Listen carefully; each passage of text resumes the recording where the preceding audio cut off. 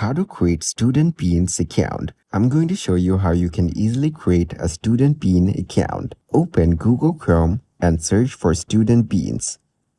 Click on the first link to go to the Student Beans website. Click on Register to start the account creation process. Enter your email address in the provided field. Create a password and enter it.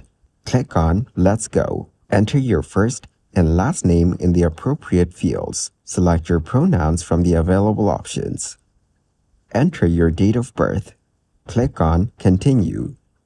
Select your preferred exclusive and latest discounts or your favorite brands, then click on Continue.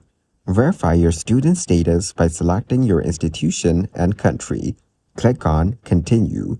Enter your student email address when prompted. Click on Continue.